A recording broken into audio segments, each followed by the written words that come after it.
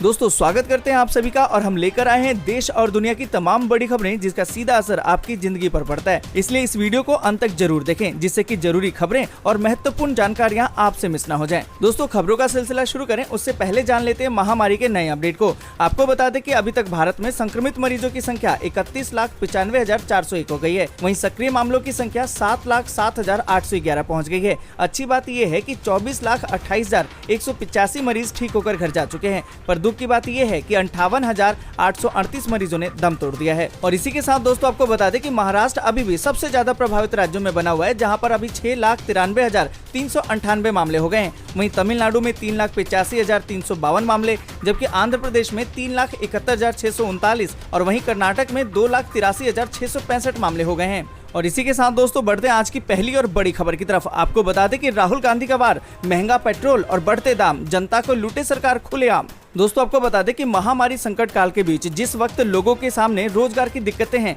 ऐसे समय में पेट्रोल के दाम लगातार छठे दिन भी बढ़े। कांग्रेस के नेता राहुल गांधी ने भी अब इस मसले पर मोदी सरकार पर निशाना साधा है। मंगलवार को राहुल गांधी ने ट्वीट करके लिखा कि महंगा पेट्रोल और बढ़ते दाम, जनता को लूटे खुलेआम सरकार। राहुल की ओर से लगातार दाम बढ़ोतरी के मसले पर सरकार को घेरा जा रहा है। दोस्तों आपको बता दें कि कांग्रेस के नेता राहुल गांधी की ओर से लगातार ही महामारी संकट और रोजगार के मसले पर मोदी सरकार को घेरा जा रहा है। कांग्रेस की ओर से बीते दिनों रोजगार के मसले पर ऑनलाइन कैंपेन भी चलाया गया था। इससे पहले सोमवार को राहुल गांधी ने ट्वीट करके लिखा था कि 1 नौकरी 1,000 बेरोजगार, क्या कर दिया है देश का हाल। गौरतलब है कि राहुल गांधी की ओर से पहले महामारी को लेकर चेतावनी दी गई थी। बीते दिनों उन्होंने रोजगार के मसले पर सरकार को चेताया था। राहुल ने आरोप लगाया कि उनकी बात पर गौर न करके सरकार गलती कर रही है। दोस्तों आगे बढ़े उससे पहले वीडियो को लाइक और शेयर जरूर कर दें। अगर अभी तक आपने चैनल को सब्सक्राइब नहीं किया है तो सब्सक्राइब करें, बेल के आइकन को दबाएं, ऑल नोटिफिकेशन को जरूर ऑन करें। और इसी के साथ दोस्तों बढ़ते हैं अगली बड़ी खबर की तरफ। अगली बड़ी खबर जो निकल कर आ रही है कि बिहार में 2 चरणों में होंगे विधानसभा चुनाव,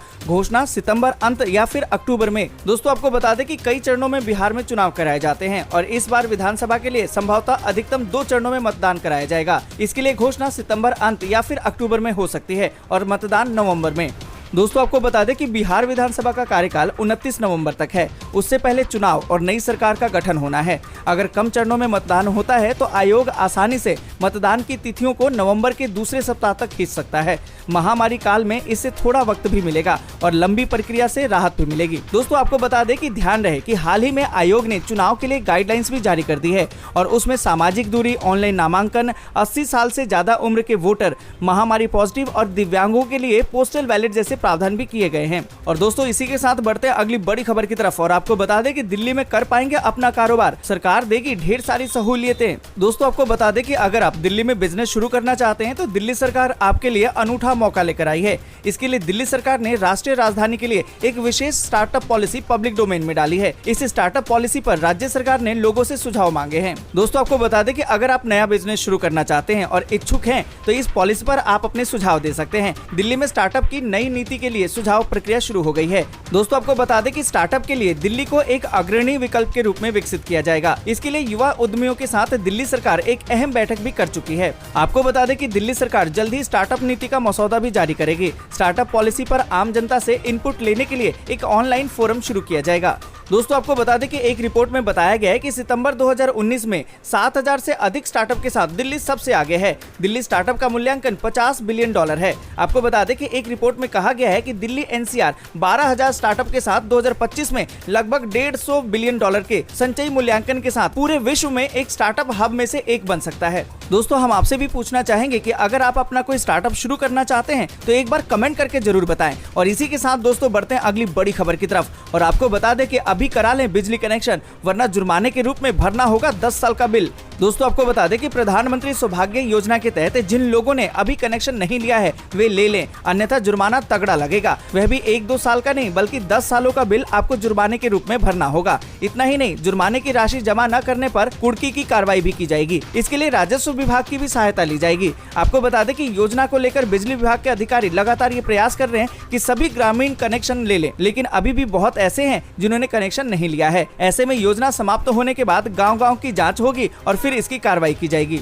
दोस्तों आपको बता दें कि प्रधानमंत्री सौभाग्य योजना के तहत जहां भी विद्युतीकरण का काम किया जा रहा है वहां पर कनेक्शन निःशुल्क दिया जा रहा है। मीटर का कोई भी चार्ज आपसे नहीं लिया जा रहा। गाँव में बिजली विभाग के अधिकारी शिविर लगा रहे हैं और इसमें नए कनेक्शन के प्रति लोगों को जागरूक किया जा रहा है। और इसी के साथ दोस्तों बढ़ते हैं अगली बड़ी खबर की तरफ और आपको बता दें कि क्या अनलॉक 4 में खुलेंगे स्कूल कॉलेज। स्वास्थ्य मंत्रालय ने दिया ये जवाब। दोस्तों आपको बता दें कि 1 सितंबर से देश में अनलॉक 4 की शुरुआत हो रही है। ऐसे में सबकी नजर स्कूल और कॉलेज खुलने को लेकर है। गृह मंत्रालय की ओर से जारी होने वाली गाइडलाइन से पहले स्वास्थ्य मंत्रालय ने मंगलवार को साफ कर दिया है कि सरकार की ओर से स्कूल और कॉलेज खोलने के लिए कोई भी दिशा निर्देश नहीं है। स्वास्थ्य मंत्रालय के सचिव राजेश भूषण ने कहा कि अनलॉक को लेकर गृह मंत्रालय की ओर से जारी गाइडलाइंस में स्कूल और कॉलेज के खोलने से संबंधित कोई भी दिशा निर्देश नहीं है। आपको बता दें कि राजेश भूषण ने कहा कि देश में जो भी गतिविधियां खोली जा रही हैं उसके लिए स्वास्थ्य मंत्रालय SOP जारी करती है। जब भी स्कूल और कॉलेज को खोलने का निर्णय होगा तो वो SOP प्रभाव में आएगा और उसको लागू कर दिया जाएगा। दोस्तों इसी के साथ बढ़ते हैं आगे और आपको बता दें कि कार में बैठे बैठे उठाए मूवी का मजा। मल्टीप्लेक्स चला ड्राइव इन सिनेमा की ओर। दोस्तों आपको बता दें कि अनलॉक 4 की तैयारी शुरू हो चुकी है, लेकिन सिनेमा हॉल और मल्टीप्लेक्स खुलने की अभी कोई भी संभावना नहीं है। ऐसे में सिनेमा और मल्टीप्लेक्स मालिक अब कोई और रास्ता खोज रहे हैं। इस समय ड्राइव इन सिनेमा सबसे बड़ा ऑप्शन निकलकर सामने आ रहा है। दोस्तों आपको बता दें कि ड्राइव इन सिनेमा यानी कि अपनी गाड़ी पार्क कीजिए और गाड़ी में बैठे बैठे ही बड़ी स्क्रीन पर फिल्म का मजा उठाइए। एंटरटेनमेंट का ये कॉन्सेप्ट विदेशों में खास करके खाड़ी देशों में काफी पॉपुलर हो रहा है। दोस्तों आपको बता दें कि फिल्म देखने का ये तरीका तो पहले से मौजूद है, लेकिन ऐसे समय में जब लोग एक दूसरे के नजदीक जाने या बैठने से डरते हैं तो अपनी गाड़ी में बैठे बैठे ही बड़ी स्क्रीन पर फिल्म देखने का रोमांच बढ़ जाता है। दोस्तों आपको बता दें कि लॉकडाउन में जब थोड़ी ढील मिली थी तो बेंगलुरु में एक स्टार्टअप ने शहर में सोशल डिस्टेंसिंग का पालन करते हुए प्रोजेक्टर पर लोगों को फिल्में दिखाई थी। इस कॉन्सेप्ट में लोग अपनी कार में और कार के सामने ही कुर्सियां लगाकर मूवी का मजा ले रहे थे। आपको बता दें कि अभी तक ड्राइव इन सिनेमा एक पिकनिक ऑप्शन था। लोग पुरानी हिट फिल्में देखने के लिए इसे अपना रहे थे, लेकिन अब इस पिकनिक ऑप्शन को कुछ मल्टीप्लेक्स मालिक एक बिजनेस ऑप्शन मान रहे हैं। दोस्तों आपको बता दें कि जानकारों की माने तो PVR सिनेमा जैसी बड़ी कंपनियां इस ड्राइव इन सिनेमा को खोल सकती हैं। इसके लिए देश के कई राज्यों में बड़े बड़े मैदानों की तलाश भी शुरू हो चुकी है। आपको बता दें कि पंजाब, हैदराबाद, दिल्ली और मुंबई में ड्राइव इन सिनेमा की शुरुआत हो सकती है। और दोस्तों इसी के साथ बढ़ते हैं अगली बड़ी खबर की तरफ और आपको बता दें कि एयरपोर्ट की तर्ज पर दिल्ली मेट्रो में दिया जाएगा यात्रियों को प्रवेश। दोस्तों आपको बता दें कि महामारी संक्रमण के कारण गत 5 महीने से दिल्ली मेट्रो का संचालन बंद है। आगामी 1 सितंबर से इसको दोबारा से शुरू होने की संभावना जताई जा रही है, लेकिन महामारी संक्रमण के बाद मेट्रो स्टेशन का नजारा बदला बदला सा नजर आएगा। इसका प्रभाव प्रवेश गेट से ही यात्रियों को देखने को मिल जाएगा। मिली जानकारी के मुताबिक आपको बता दें कि मेट्रो के प्रत्येक गेट पर दूर से ही यात्रियों के बुखार नापने के लिए कैमरा युक्त थर्मल स्कैनर लगाए जाएंगे। वहीं मोबाइल पर आरोग्य सेतु ऐप को देखकर उन्हें मेट्रो स्टेशन के अंदर जाने की इजाजत दी जाएगी। प्रवेश से पहले मास्क, फेस शील्ड और विशेष दस्ताना पहनने के लिए केंद्रीय औद्योगिक सुरक्षा बल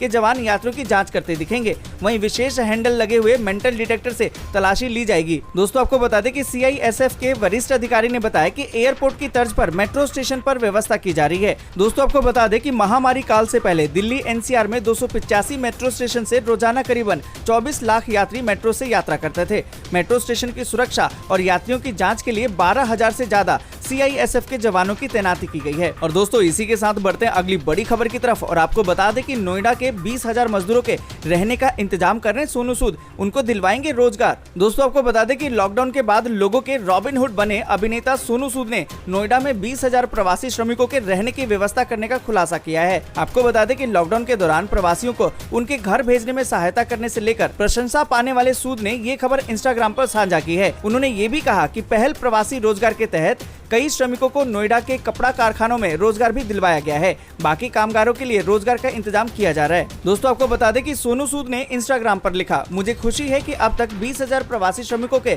रहने की व्यवस्था कर रहा हूं। इन श्रमिकों को प्रवासी रोजगार के तहत नोएडा के कपड़ा कारखानों में रोजगार भी दिलाया गया है। आपको बता दें कि सोनू सूद ने ये भी आश्वासन दिया है कि श्रमिकों को स्वच्छ आवासीय सुविधा भी मुहैया करवाई जाएगी। सूद ने देश के विभिन्न हिस्सों में रोजगार हासिल करने में मदद के लिए हाल ही में एक ऐप भी जारी किया था।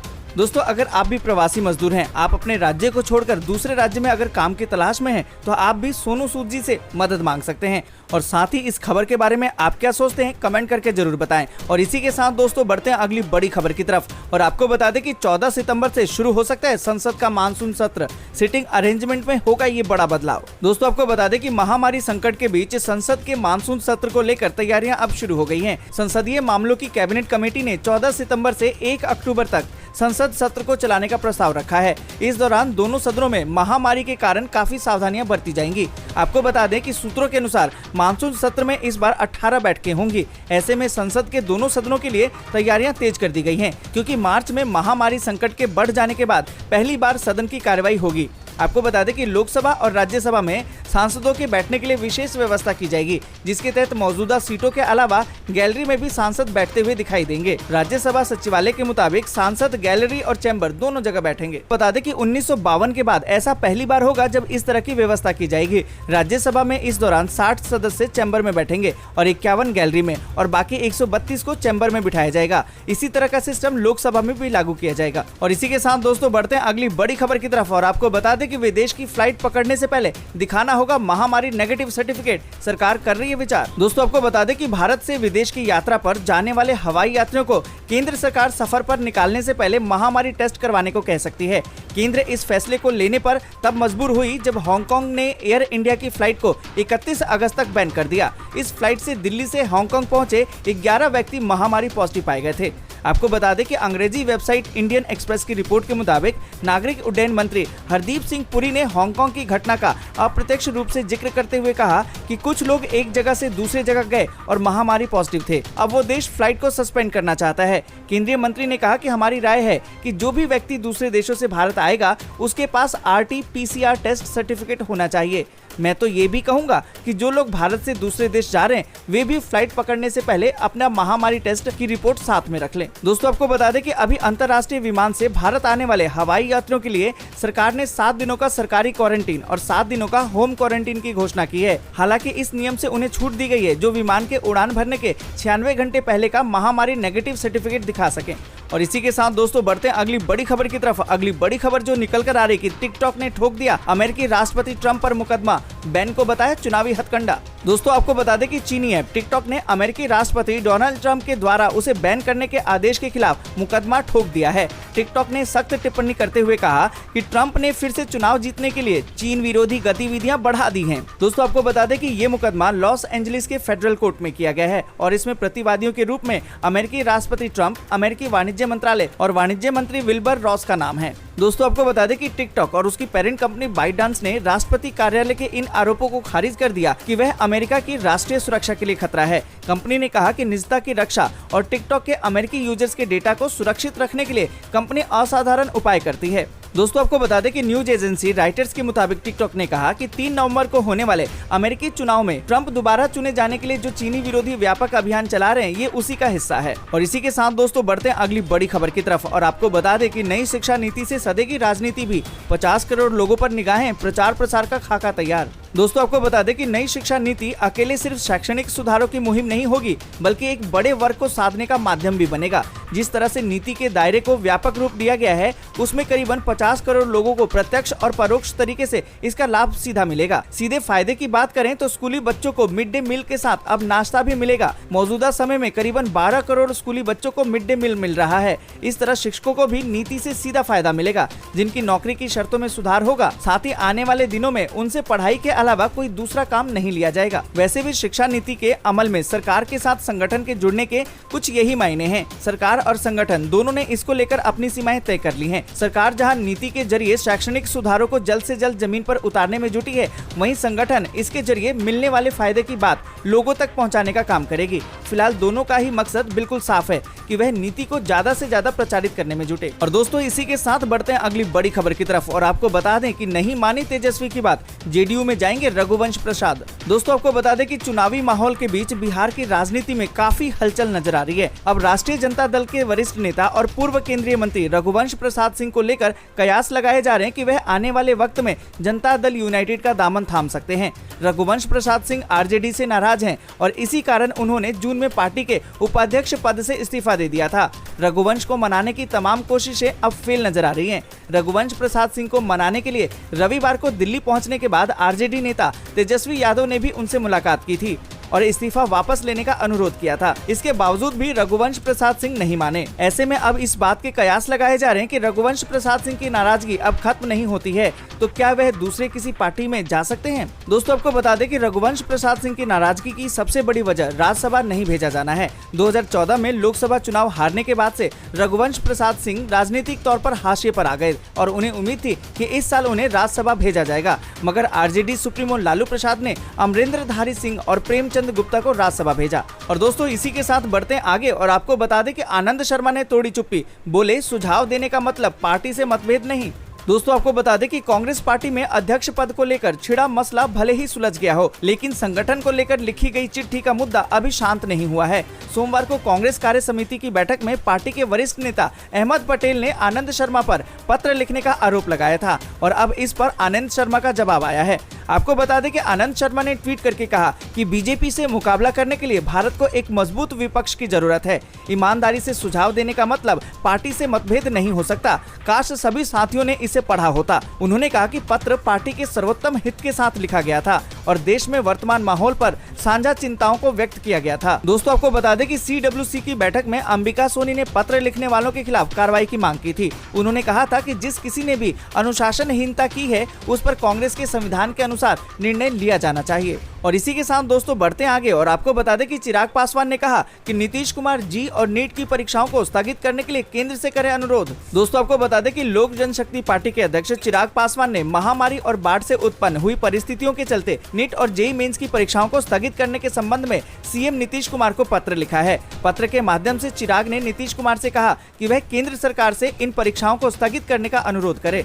आपको बता दें कि चिराग ने अपने पत्र में लिखा कि महामारी और लॉकडाउन की वजह से जेईई मेंस और नीट के आकांक्षी छात्र छात्राएं और उनके अभिभावक काफी चिंतित हैं। उन्होंने आगे कहा कि ये समस्या सिर्फ मेरी लोकसभा क्षेत्र या फिर सिर्फ बिहार के बच्चों की नहीं बल्कि पूरे भारत के बच्चों के लिए है। बिहार के छात्रों के लिए ये समस्या और भी बढ़ जाती है क्योंकि 6 सितंबर 2020 तक बिहार में लॉकडाउन की घोषणा की गई है। और इसी के साथ दोस्तों बढ़ते हैं आगे और जानते हैं मौसम के ताजा हाल को। आपको बता दें कि मौसम विभाग का पूर्वानुमान अगले कुछ दिनों में देश के कई हिस्सों में हो सकती है भारी बारिश। दोस्तों आपको बता दें कि भारतीय मौसम विभाग ने मंगलवार को कहा कि अगले 4 से 5 दिनों में पूर्वी, उत्तरी और मध्य भारत में कई हिस्सों में भारी बारिश हो सकती है।